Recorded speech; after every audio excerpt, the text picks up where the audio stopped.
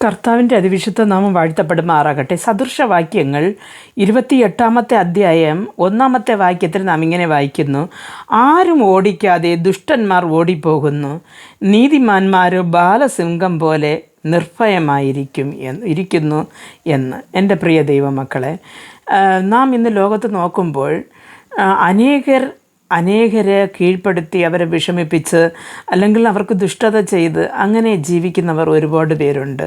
നമുക്കറിയാം, ഇന്ന് ന്യൂസുകൾ നാം നോക്കുമ്പോൾ കൊലയും കൊള്ളയും പറഞ്ഞതുപോലെ പെൺപിള്ളേർക്ക് നേരമായിട്ടുള്ള ബലാത്സംഗ കഥകളും ഇങ്ങനെ ഒരുപാട് കാര്യങ്ങൾ നാം കാണുന്നു.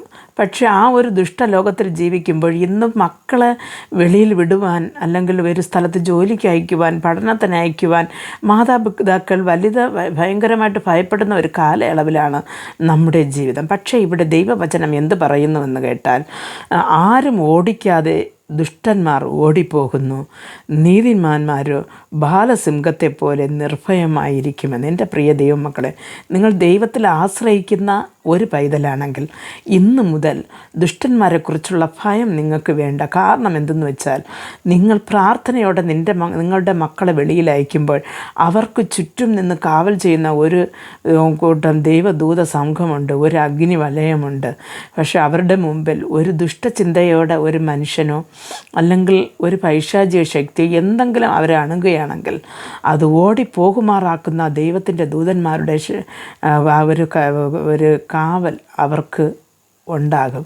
അതുകൊണ്ട് നാം ഈ വചനം നിങ്ങൾ പൈതങ്ങളെ പുറത്തയക്കുമ്പോൾ നിങ്ങൾ ഈ വചനം ഓർത്താൽ മതി. ആരും ഓടിക്കാതെ തന്നെ ദുഷ്ടന്മാർ ഓടിപ്പോകുന്നു. അവർ നോക്കുമ്പോൾ നിങ്ങളുടെ കുഞ്ഞുങ്ങളുടെ മേലൊരു ഭയമുണ്ടാകും, അവർ ഓടിപ്പോകും.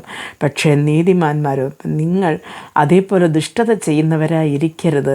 എല്ലാവർക്കും നന്മ ചെയ്യുവാനും എല്ലാവരുടെ ക്ഷേമത്തിൽ കരുതലുള്ളവരുമായി ഇരിക്കണം.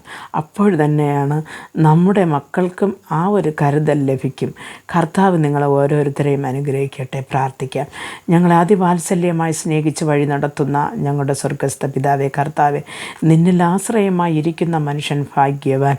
കർത്താവെ, ഇതിലൂടെ വചനം പറയുന്നില്ല, ആരും ഓടിക്കാതെ തന്നെ ദുഷ്ടൻ ഓടിപ്പോകുമെന്ന്.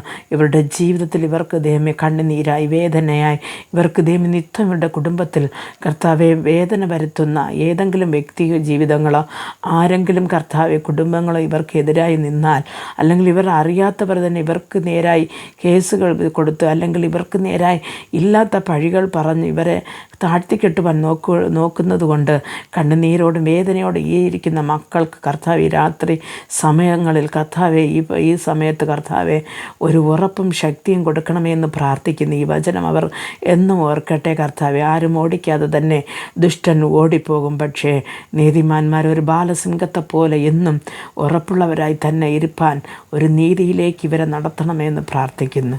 നീതിമാന്മാരായി കർത്താവെ നീ വഴി നടത്തി നിൻ്റെ രാജ്യത്തിലേക്ക് ചേർത്ത് കൊള്ളണമെന്ന് പ്രാർത്ഥിക്കുന്നു. യേശു ക്രിസ്തുവിൻ്റെ നാമത്തിൽ പ്രാർത്ഥിക്കുമ്പോൾ പ്രാർത്ഥന കൃപയോട് കേട്ട് മറുപടി നൽകി തരണം നല്ല പിതാവേ. ആമേൻ.